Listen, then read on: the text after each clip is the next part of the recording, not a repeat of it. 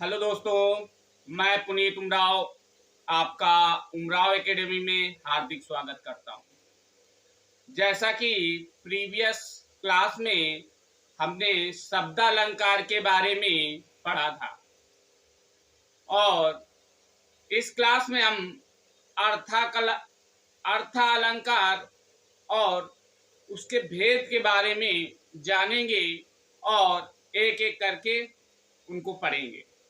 जैसा कि अर्था का अलंकार में हमारे जो भेद दिए गए हैं वो उपमा अलंकार, रूपक अलंकार, उत्प्रेक्षा अलंकार, अतिशयोक्ति अलंकार और मानवीकरण अलंकार, इनके बारे में जानना है और ट्रिक के माध्यम से कैसे इनको सॉल्व करेंगे ये भी समझना है।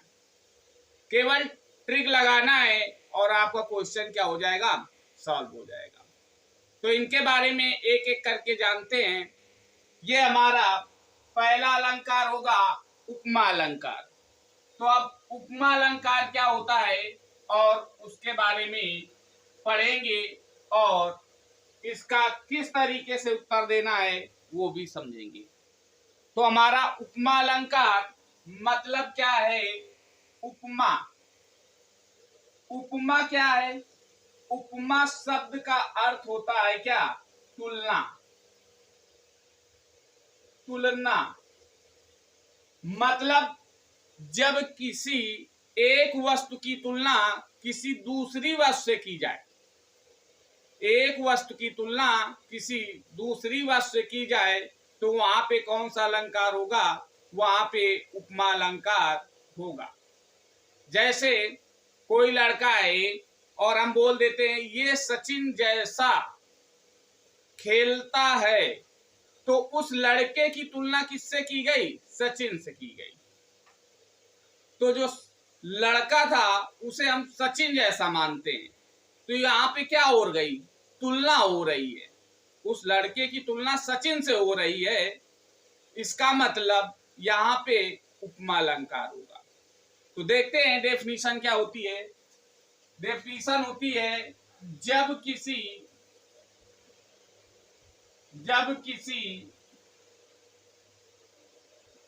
एक वस्तु की तुलना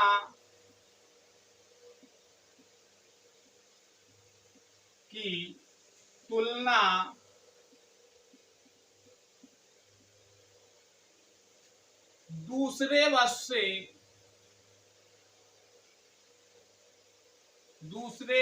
वस्तु से की जाती है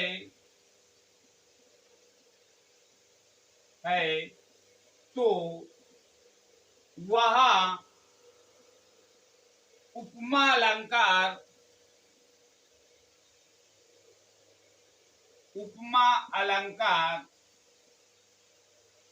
होता है।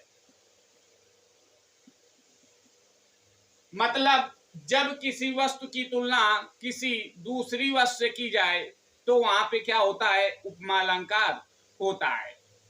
जैसे एग्जाम्पल देखेंगे, जैसे पीपल पात सरिस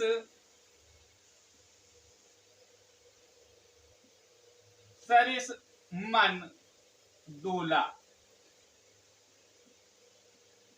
अब हमको अर्थ नहीं निकालना है, अर्थ से हमारा कोई लेना देना नहीं है।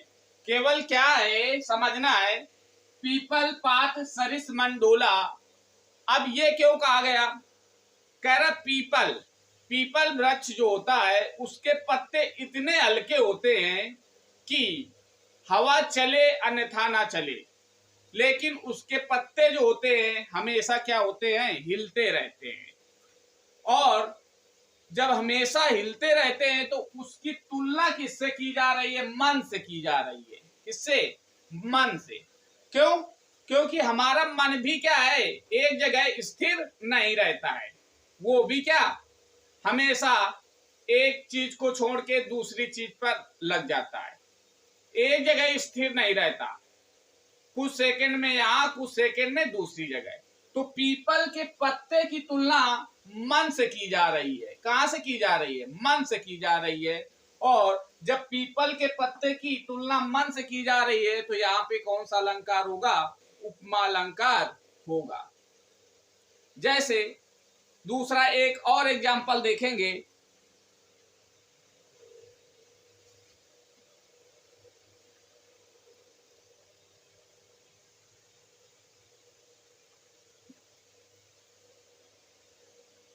दूसरा एक एग्जाम्पल और देखेंगे। सागर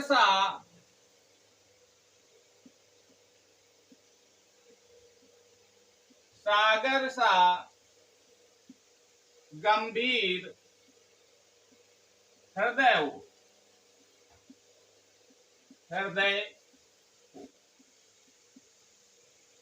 अब यहाँ पे हमारा क्या कह रहा है? सागर सा हृदय गंभीर हो। मतलब सागर की तुलना हृदय से, या हृदय की तुलना किससे? सागर से हो रही है।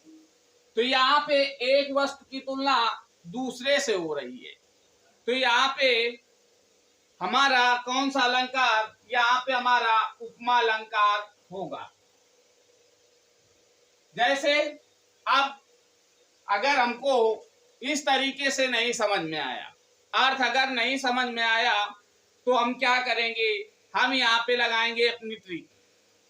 ट्रिक क्या होती है देखेंगे। जब भी आपको किसी भी एग्जाम्पल में सा, सी, से, सम,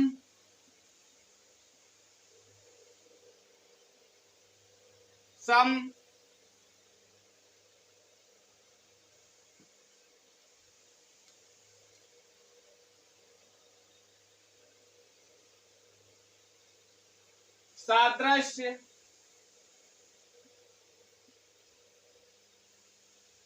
और योजक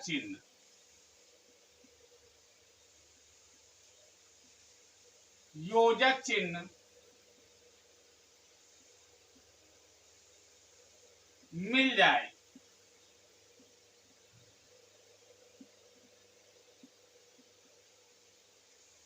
क्या मिल जाए? सा, सी, से, सम, सादृश्य और योजक चिन्ह मिल जाए, तो वहां पे हमारा अर्थालंकार, उपमा अलंकार होगा। क्या होगा? उपमा अलंकार। जैसे एग्जाम्पल में देखेंगे, हमारा पहला एग्जाम्पल था पीपर पात, और यहाँ पे क्या था? सरिस। क्या था? सरिस। यहाँ पे सरिस लिख लेंगे। और सरिस,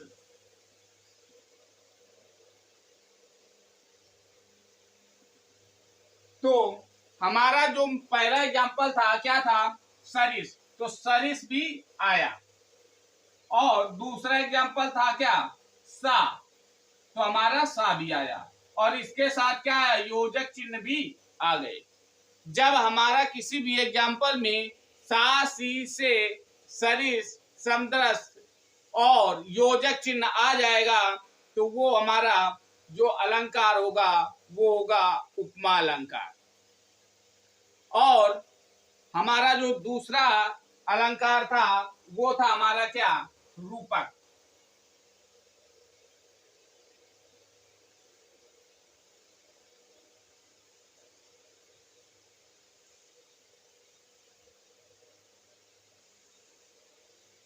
जैसे इसका एक एग्जांपल और देख लें। जैसे कर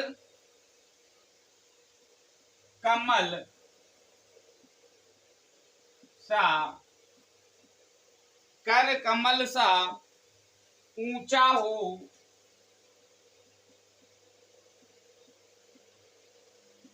जिसका मन।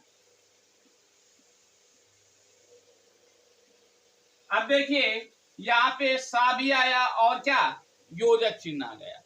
अब जब भी आपको सा सी से और योजक चिन्ह मिल जाए तो इसका मतलब वहां पे कौन सा अलंकार होगा, वहां पे उपमा अलंकार होगा।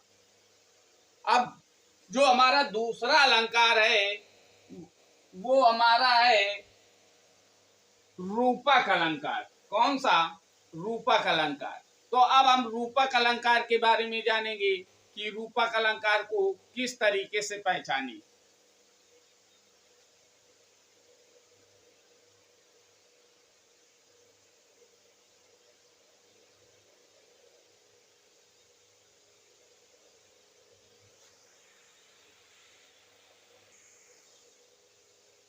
कह रहा है रूपक अलंकार में जब उपमान और उपमेय में अभिन्नता या अभेद दिखाया जाए तब यह रूपक अलंकार होता है।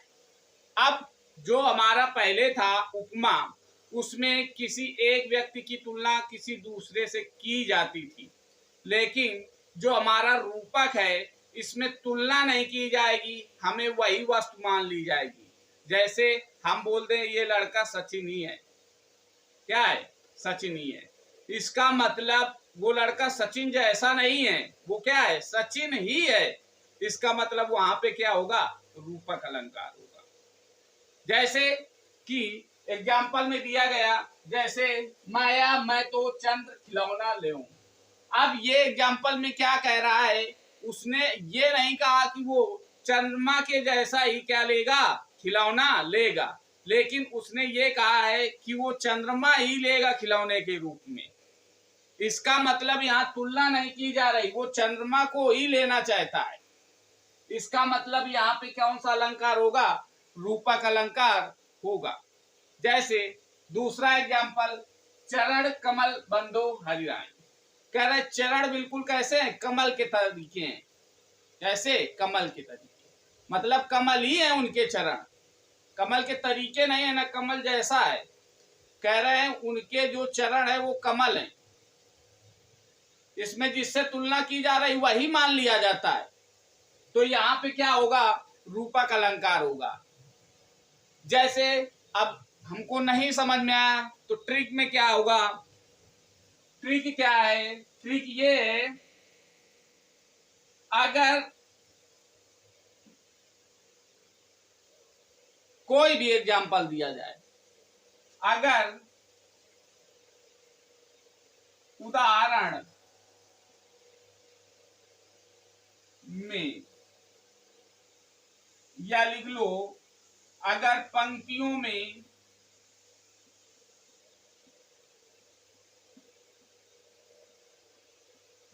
में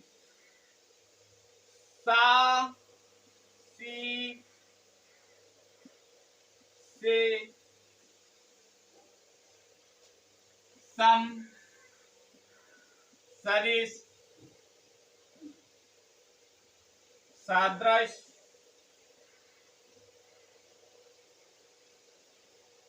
ना दिए हूं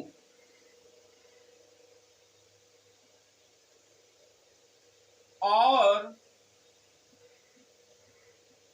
केवल योजक चिन्ह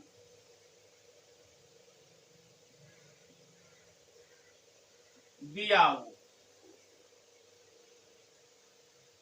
तो वहां रूपक अलंकार होता है। उपमा में क्या था, उपमा में था सा सी से सरिस समदृश और योजक चिन्ह होता था, तब हम बोलते थे कि ये कौन सा अलंकार है, उपमा अलंकार है। लेकिन रूपक में है कि सम सरिस सादृश न दिए हो और केवल क्या दिया गया हो, योजक चिन्ह दिया गया हो, तो हमारा रूपक अलंकार होगा।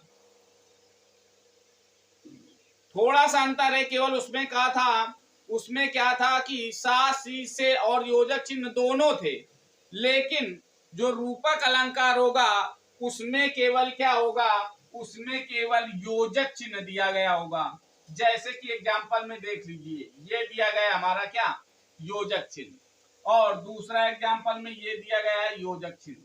तो जब केवल योजक चिन्ह मिल जाए और साथ ही से समदृश्य ना दिया गया हो तो इसका मतलब वहां पे हमारा रूपक अलंकार होगा। नेक्स्ट पॉइंट देखेंगे, नेक्स्ट भेद क्या है इसके बारे में जानेंगे।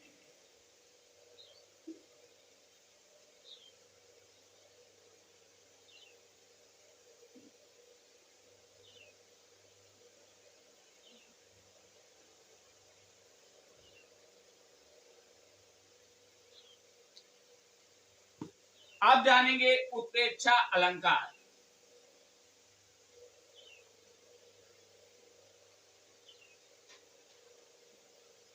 उत्प्रेक्षा अलंकार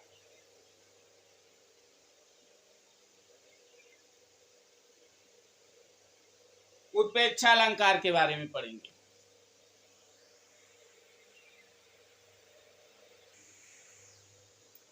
अब तीसरा हमारा जो भेद है वो है उत्प्रेक्षा अलंकार। कह रहा है जहां उपमेय में अपमान के होने की संभावना का वर्णन हो तब वहां उत्प्रेक्षा अलंकार होता है। जैसे एग्जाम्पल में दिया गया, मुख मानो चंद्रमा है। कह रहा मुख क्या है, मुख क्या है, चंद्रमा है।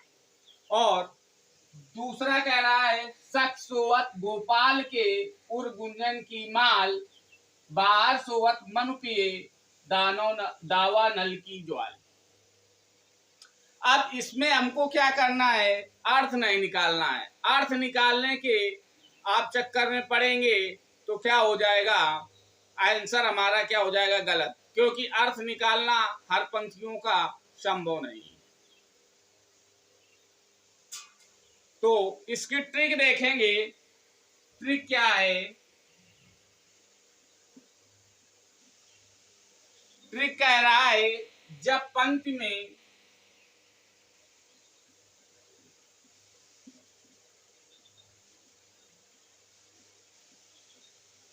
जन मन मानो, जानू मानू मानो,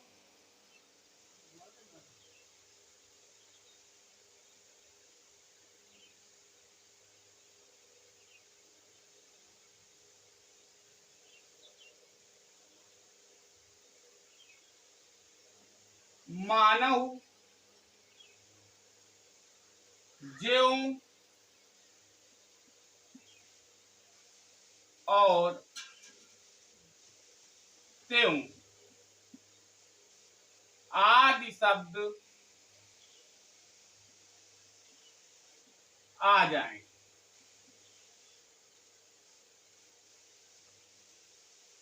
ये शब्द हमारे आ जाएंगे पंक्तियों में, क्या, जानू मानू मानो मानव ज्यों और त्यों आदि शब्द आ जाएं तो वहां पे हमारा उत्प्रेक्षा अलंकार होगा। जैसे एग्जाम्पल में देखें, कह रहा मानो और यहाँ पे मानो है।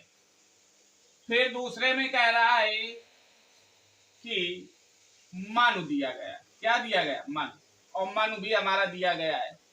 तो यही शब्द हमारे क्या होते हैं, हर पंक्ति में आएंगे। और जब ये शब्द हमको पंक्ति में मिल जाएंगे तो इसका मतलब वो कौन सा अलंकार होगा, वो हमारा उत्प्रेक्षा अलंकार होगा। बस केवल ये देखना है कि पंक्ति में जानू मानू मानो मानो ज्यों और त्यों ये शब्द अगर पंक्ति में मिल जाएं तो इसका मतलब वो 99.99% हमारा कौन सा अलंकार होगा, उत्प्रेक्षा अलंकार होगा। और हर एग्जाम्पल में आपके यही दिए होंगे, बीच में ये वर्ड जरूर आएगा एग्जाम्पल में, और जब ये वर्ड आ जाए तो इसका मतलब वहां पे उत्प्रेक्षा अलंकार होगा। नेक्स्ट देखेंगे नेक्स्ट जो इसका भेद है वो हमारा है अतिशयोक्ति अलंकार। अतिशयोक्ति अलंकार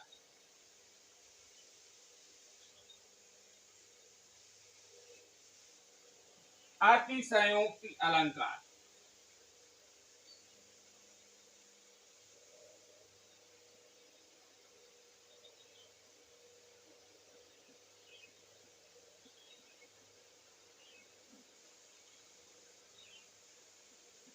अतिशयोक्ति अलंकार। अब जो लोग ज्यादा बढ़ा चढ़ा कर जब बात की जाए, जिसको अब कहते क्या है, जिसको अब लोग कहते हैं लंबी लंबी मार रहा है, तो इसका मतलब क्या है, वही है कि जब किसी बात को बहुत बढ़ा चढ़ा कर कहा जाए जो मानने योग्य ना हो, तो वहां पे कौन सा अलंकार होगा, हमारा अतिशयोक्ति अलंकार होगा। मतलब जब किसी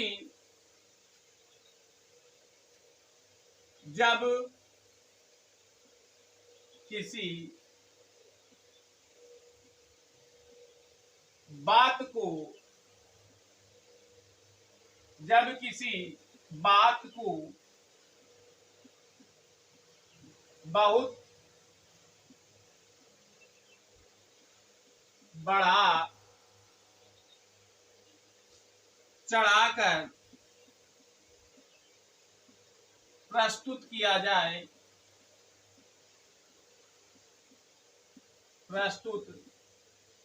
जाए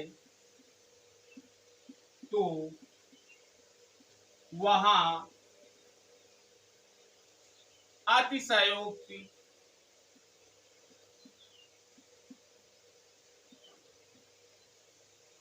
अलंकार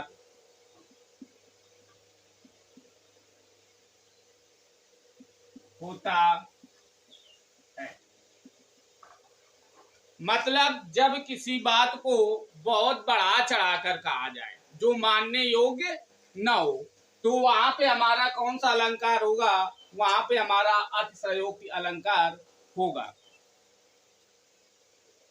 एग्जाम्पल से जैसे देखेंगे आप तुरंत समझ में आ जाएगा कि यहाँ पे अतिशयोक्ति की बात की गई है।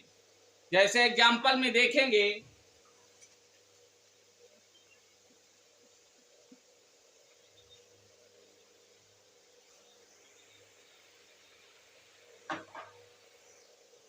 कह रहा है एग्जाम्पल में, आगे नदियां पड़ी अपार घोड़ा कैसे उतरे पार। आगे नदियां पड़ी अपार घोड़ा कैसे उतरे पार, राणा ने सोचा इस पार तब तक घोड़ा उस पार।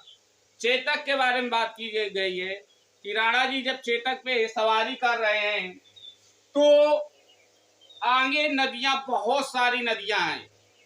राणा जी सोच रहे हैं अभी इस पार से उस पार किस तरीके से जाए, और जैसे राणा जी ने इतना सोचा और उन्होंने आंख खोल के देखा कि घोड़ा उस पार पहुंच गया नदियों के। मतलब केवल इतना सोचा कि घोड़ा कैसे उतरे पार, और चेतक क्या हो गया, नदियों को पार कर गया पहले ही। तो इसका मतलब यहाँ पे ऐसी बात कही जा रही है जिसको हम मान नहीं सकते 100%। तो यहाँ पे बहुत बात को बढ़ा चढ़ाकर कहा गया है, और जब बात को बढ़ा चढ़ाकर कहा जाएगा तो वहां पे हमारा अतिशयोक्ति अलंकार होगा। जैसे दूसरा एग्जाम्पल कह रहा है, हनुमान की पूंछ में लग न पाई आग, लंका सिगरी जल गई गए निशाचर बाग। अब यहाँ पे कह रहा है कि हनुमान की पूंछ में आग नहीं लग पाई और लंका सारी क्या हो गई, जल गई। तो जब आग लग ही नहीं पाई तो लंका जल कैसे गई। तो कह रहा है कि हनुमान की पूंछ में लग न पाई आग, लंका सिगरी जल गई गए निशाचर बाग। इसका मतलब कि आग नहीं लग पाई और निशाचर सारे क्या हो गए, भाग गए। तो यहाँ पे ऐसी बात की जा रही है जिसको हम क्या नहीं कर सकते, मान नहीं सकते, या बात को बहुत बढ़ा चढ़ा कर कहा गया है, इसलिए यहाँ पर अतिशयोक्ति अलंकार होगा। नेक्स्ट,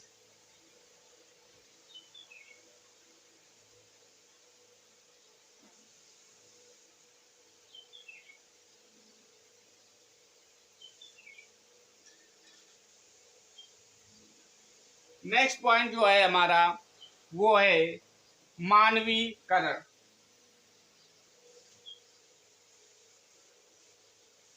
ये हमारा लास्ट भेद है, मानवीयकरण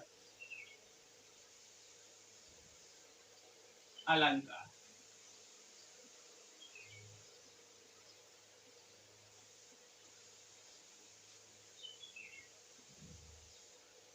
मानवीकरण क्या है कि जब प्राकृतिक चीजों में, जब प्राकृतिक चीजों में जब प्राकृतिक चीजों में मानवीय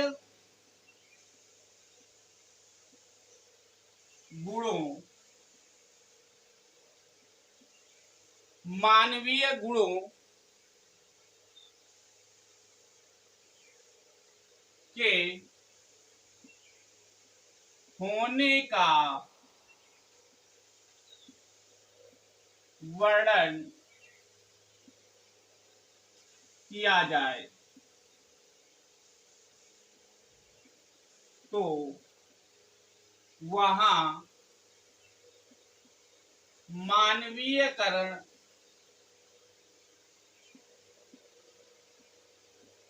अलंकार होता है।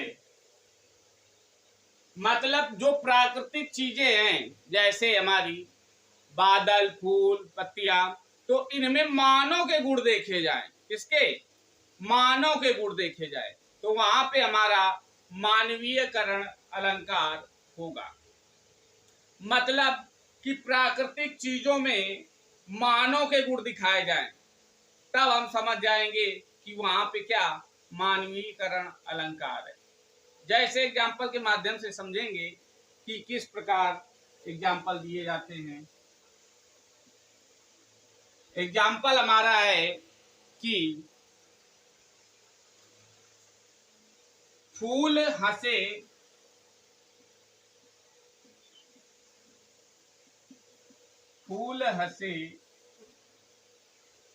कलियां मुस्कुराई।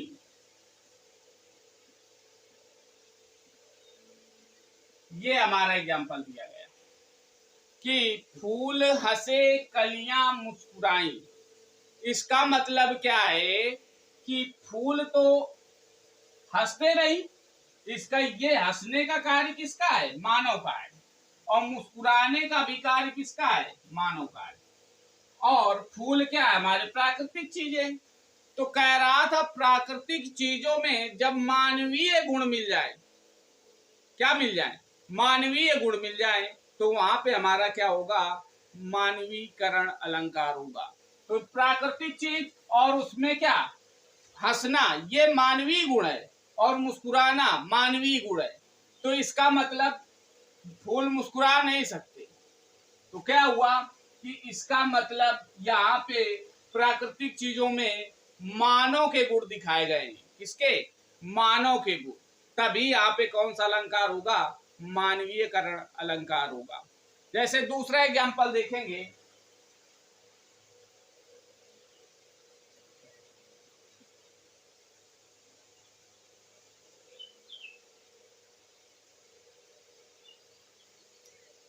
मेघ आए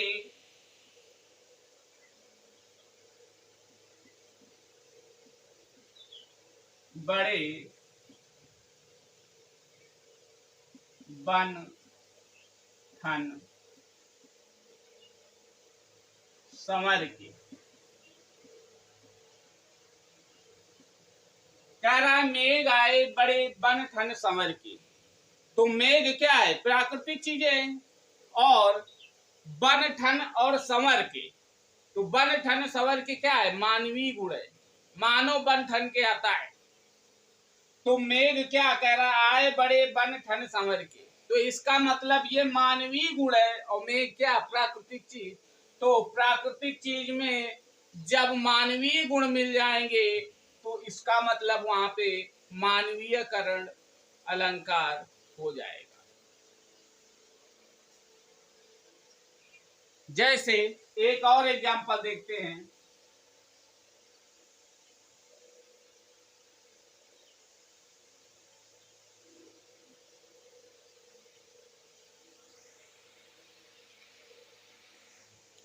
कह रहा है कलियां दरवाजे खोल खोल जब झुरमुट में मुस्कुराती हैं। तो कलियां क्या? कलियां कह रहा है दरवाजे खोल। तो दरवाजा खोलना मानवीय गुण। और झुरमुट में मुस्कुराती हैं। मुस्कुराना क्या है? मानव का गुण है। तो ये कलियां जो हैं प्राकृतिक चीज हो गई। तो कलियां मुस्कुराती नहीं। तो कह रहा है कि कलियां दरवाजे खोल खोल जब झुरमुट में मुस्कुराती। तो यहाँ पे हमारा क्या मिल गया? मानवीय गुण मिल गया। इसलिए यहाँ पे मानवीयकरण अलंकार होगा। ये हमारे अर्थालंकार के पांचों भेद थे जिसके बारे में हमने आज जानकारी प्राप्त की। आपको समझ में आया कि नहीं आया, इसका रिप्लाई कमेंट के माध्यम से मुझे जरूर दें। और नहीं समझ में आया तो क्या नहीं समझ में आया, इसका भी रिप्लाई जरूर दिया जाए। और आज की क्लास का यहीं पे संपन्न करते हैं। Thank you.